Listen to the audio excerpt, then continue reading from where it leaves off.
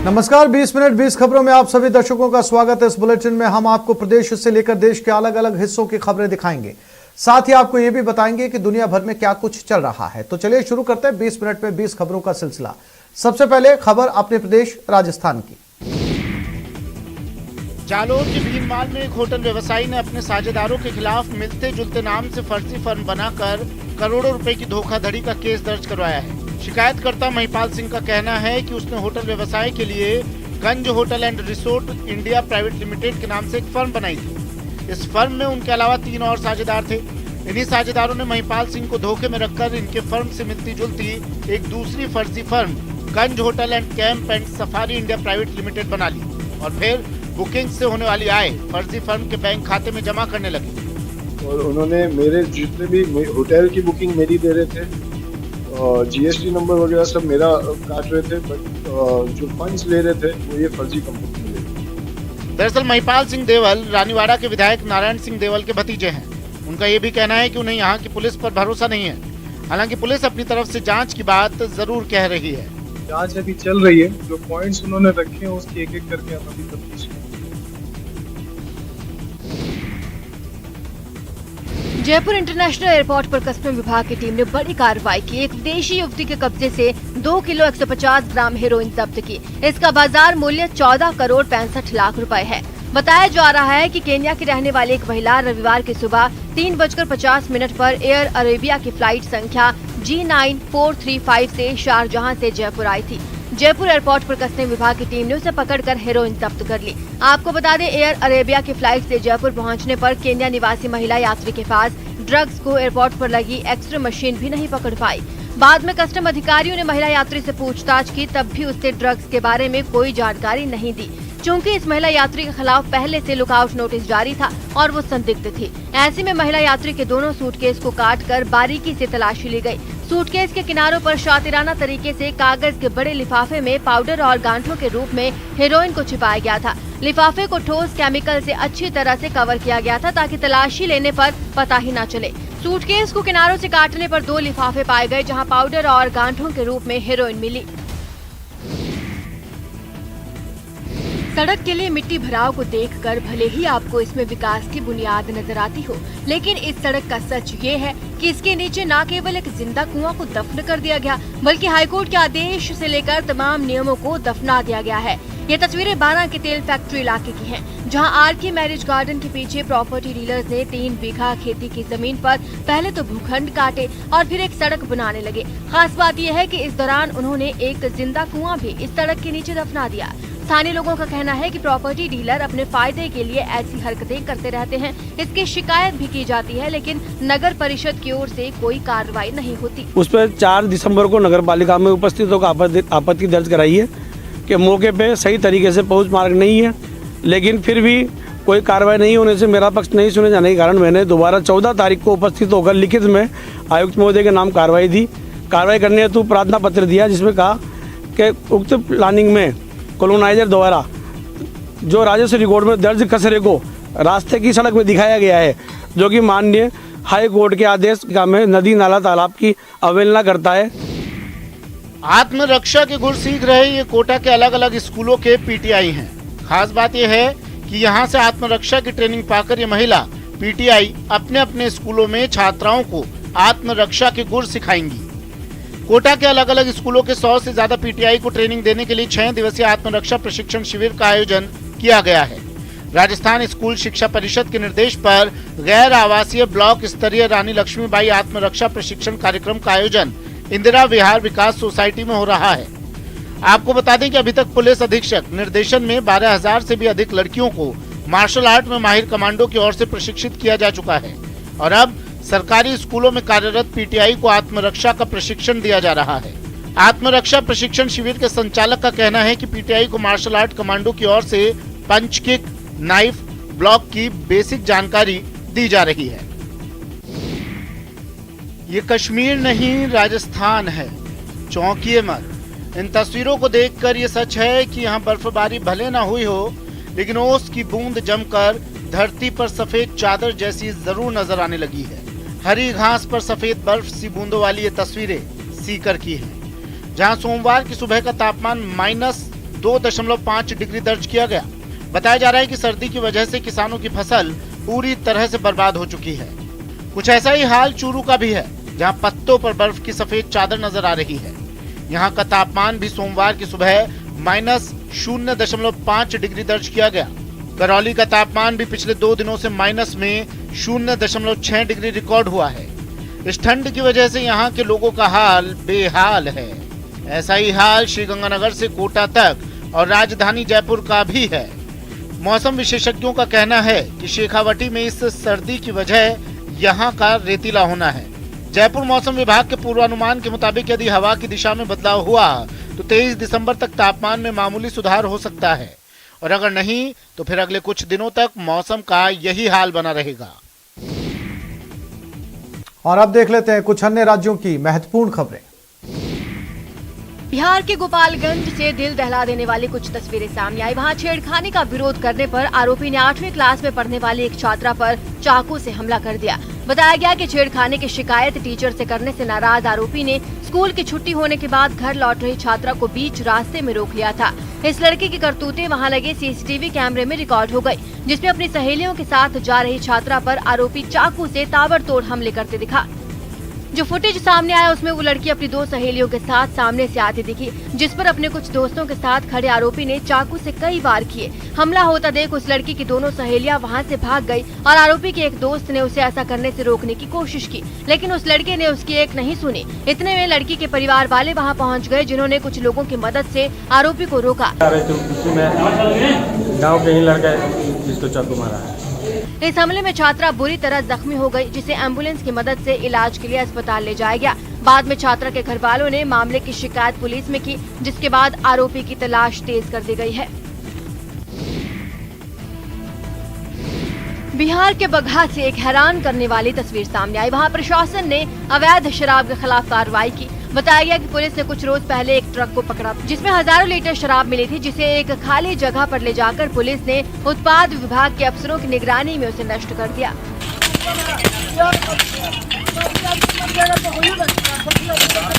Truck से एक कर शराब की बोतलों से भरे डिब्बे और बोरियां उतारी गई, जिन्हें पुलिस वालों ने एक गड्ढे में फेंक कर बर्बाद कर दिया।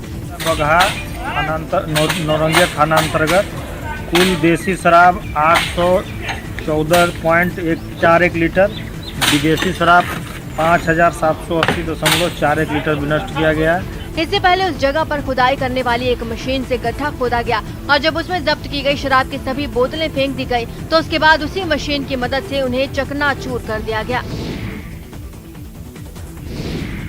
महाराष्ट्र के नागपुर से एक डरा देने वाला वीडियो सामने आया। वहां एक बेकाबू कार की चपेट में आने से 3 लोग घायल हो गए। यह हादसा तब हुआ जब ड्राइवर ने पूरी रफ्तार से कार रिवर्स में दौड़ा दी, जिसकी कुछ तस्वीरें भी सामने आई, जिसमें देखा गया कि कार के ड्राइवर ने गाड़ी रिवर्स करने के चक्कर में 3 लोगों को रौंद लिया। ये देख वहां चीख पुकार मच गई। इससे पहले वो ड्राइवर सड़क किनारे खड़ी गाड़ी को रिवर्स करने की कोशिश करता दिखा, तभी उसका संतुलन बिगड़ गया और वो कार बेकाबू हो गई। इसके बाद वहाँ एक मेज पर बैठे 3 लोगों की तरफ तेजी से बढ़ गई। कोई कुछ समझ पाता इससे पहले ही गाड़ी उनमें से 2 लोगों के ऊपर से गुजरती हुई पीछे की तरफ जाती रही। हादसे के बाद वहाँ धूल का गुबार उठने लगा और आसपास के लोग मदद के लिए दौड़े। इसी बीच कार का ड्राइवर गाड़ी से उतरा और घायल पड़े लोगों को किसी तरह उठाता नजर आया। हम सब जानते हैं कि सावधानी हटी, दुर्घटना घटी। नागपुर में ऐसा ही हुआ। ड्राइवर ने गाड़ी को रिवर्स गियर मिलाकर पीछे करने की कोशिश की, लेकिन वो उस पर काबू पाता इससे पहले ही उसने गाड़ी को रफ्तार पकड़ा दी, जिससे उसका संतुलन गाड़ी पर नहीं रहा और उसने 3 लोगों को कुचल दिया। कर्नाटक में छत्रपति शिवाजी महाराज की प्रतिमा के अपमान का वीडियो सामने आने के बाद महाराष्ट्र के पुणे में शिवसेना कार्यकर्ता इसके विरोध में प्रदर्शन करने उतर आए। बताया गया है कि ये घटना 3 दिन पहले बेंगलुरु में घटी, जिसके विरोध में शिवसेना के कुछ कार्यकर्ताओं ने कर्नाटक जाने वाली बसों पर पेंट कर अपनी भड़ास निकालने की कोशिश की। इसके लिए वो लोग पुणे के एक बस अड्डे पर पहुंच गए, जहां उन्होंने कर्नाटक सरकार की बसों पर पेंट से जय छत्रपति शिवाजी महाराज और शिवसेना समेत कई तरह के नारे लिख डाले। छत्रपति शिवाजी महाराज की जय। विरोध जताने के दौरान शिवसेना के इन कार्यकर्ताओं ने उन बसों का शायद ही कोई हिस्सा छोड़ा हो जहां नारे ना लिखे हों। बात यह है कि छत्रपति शिवाजी महाराज की मूर्ति के अपमान की घटना के बाद से कर्नाटक और महाराष्ट्र के सीमावर्ती इलाकों में तनाव का माहौल है। महाराष्ट्र के मुख्यमंत्री उद्धव ठाकरे ने कर्नाटक सरकार से इस मामले में तत्काल कार्रवाई की मांग की। साथ ही उन्होंने प्रधानमंत्री नरेंद्र मोदी से भी इस मामले में हस्तक्षेप करने की अपील की। आजादी के अमृत महोत्सव के दौरान उत्तर प्रदेश के कई शहरों में वंदे मातरम की गूंज सुनाई दी। ये तस्वीरें यूपी के प्रयागराज की हैं। यहाँ के केपी कॉलेज ग्राउंड में 1 लाख से ज्यादा लोगों ने सामूहिक वंदे मातरम गीत गाकर एक नया कीर्तिमान स्थापित कर दिया।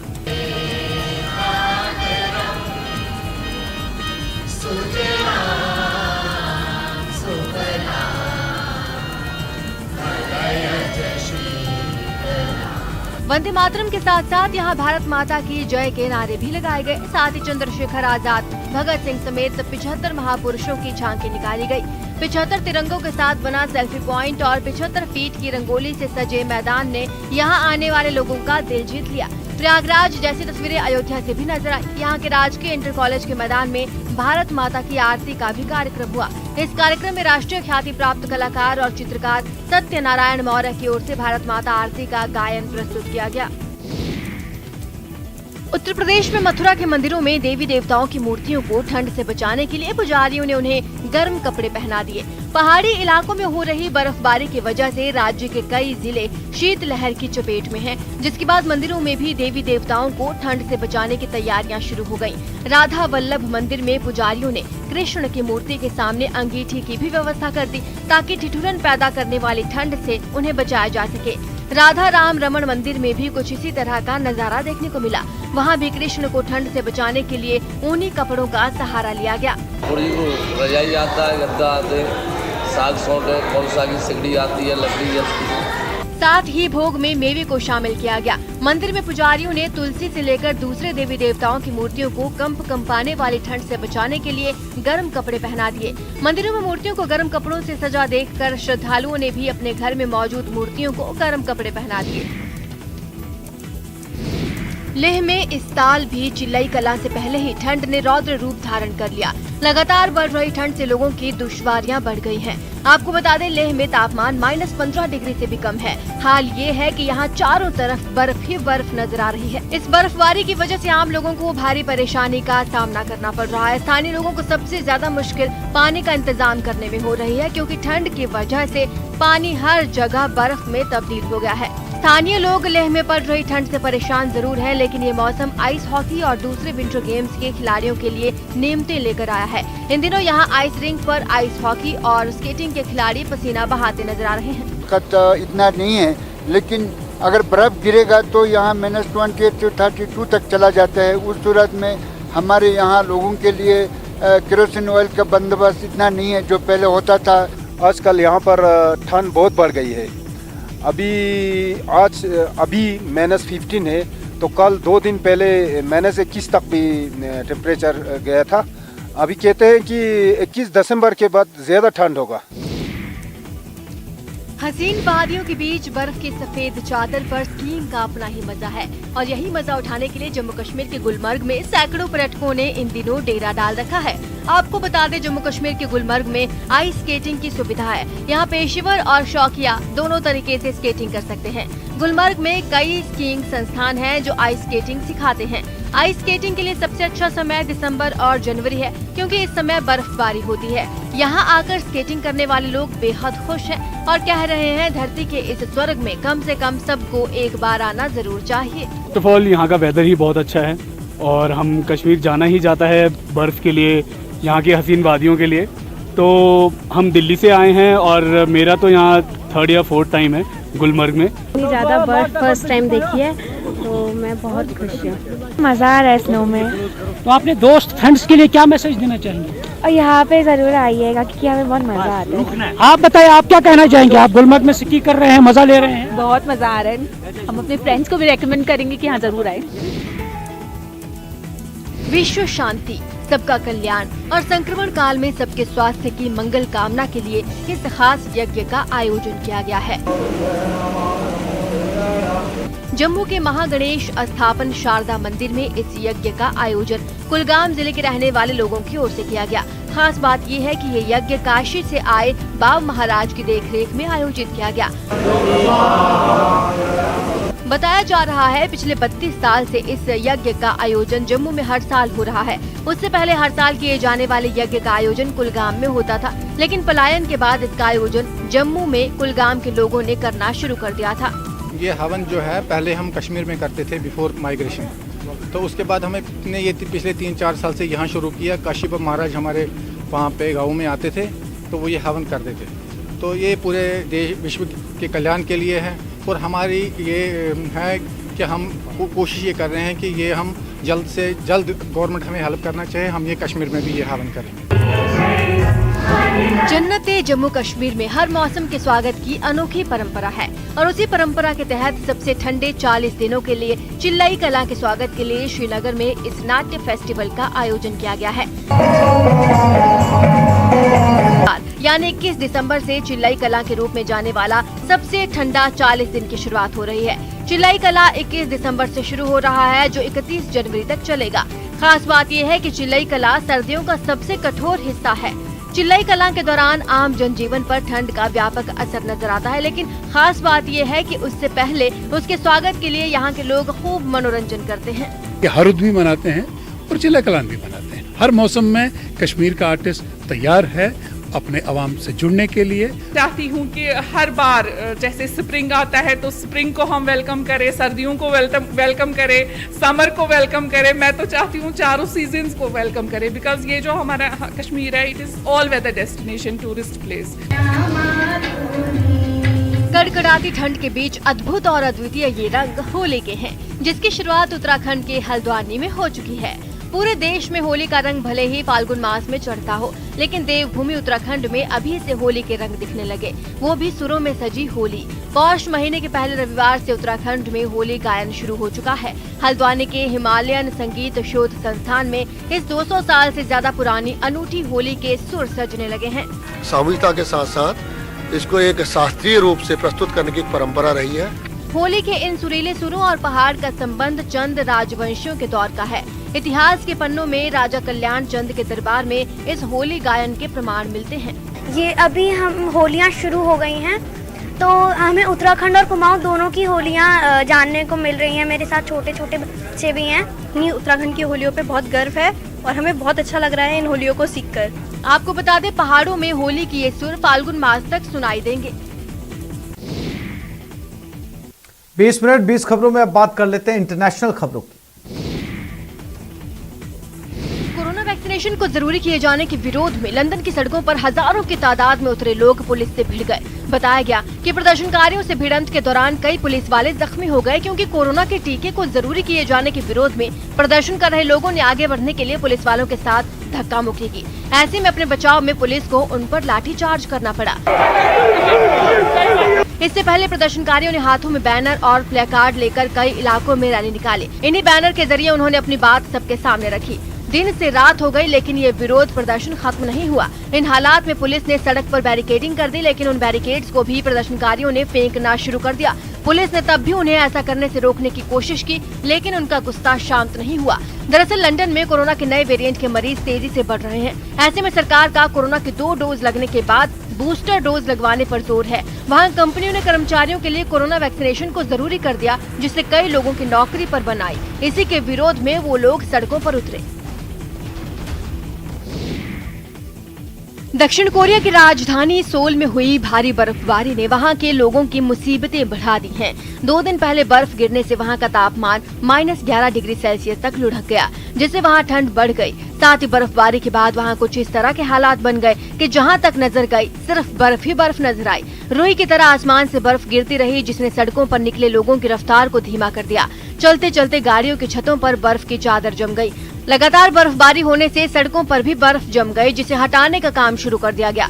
वहां से जो तस्वीरें सामने आई, उनमें कुछ लोग बर्फ से बचने के लिए बस स्टैंड पर खड़े दिखे, जबकि कुछ ने बीच रास्ते में रुकने से बेहतर छाते से सिर को ढक कर चलते रहना जरूरी समझा। मौसम का ये मिजाज उत्तर कोरिया की राजधानी प्योंगयांग में भी देखने को मिला। वहां भी भारी बर्फबारी से सड़कों पर बर्फ की मोटी चादर बिछ गई, जिसे हटाने के काम में जगह जगह लोग जुटे नजर आए। न केवल सड़कें, बल्कि वहां लोगों के घर, सरकारी इमारतें और पेड़ों के पत्ते भी बर्फ से ढक गए। तो इस बुलेटिन में फिलहाल इतना ही। नमस्कार।